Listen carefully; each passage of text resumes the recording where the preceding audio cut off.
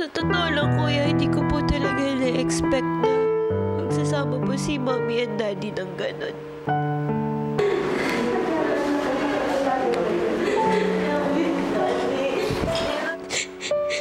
So, parang feeling ko if I can talk to Peach ngayon, siguro gusto ko lang rin, kuya, mag-thank you. Because I haven't seen that in a while. I haven't hugged the both of them.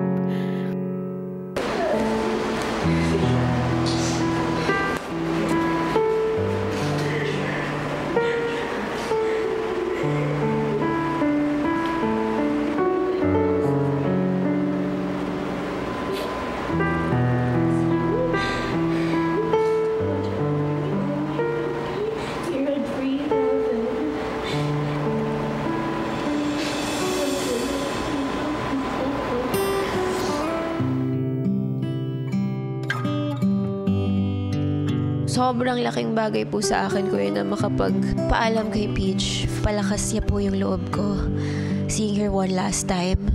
To be honest rin po kasi, kuya, parang napanghihinaan po talaga ako ng loob these past few days. Minsan dumadating po sa point na hindi ko na po alam kung ano yung pinaglalaban ko dito. But seeing Peach again made me want to fight even harder here. I just know she wants to tell me, kuya, that she's proud of me. And I know she's proud of me, kuya. Yan din ang paniniwala ko, Bianca. Sa akin palagay, hangad din niya ang kaligayahan mo.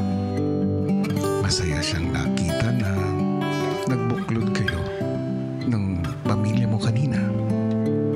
Hanggang sa huling sandaling, kaligayahan mo ang iniisip ni Peach.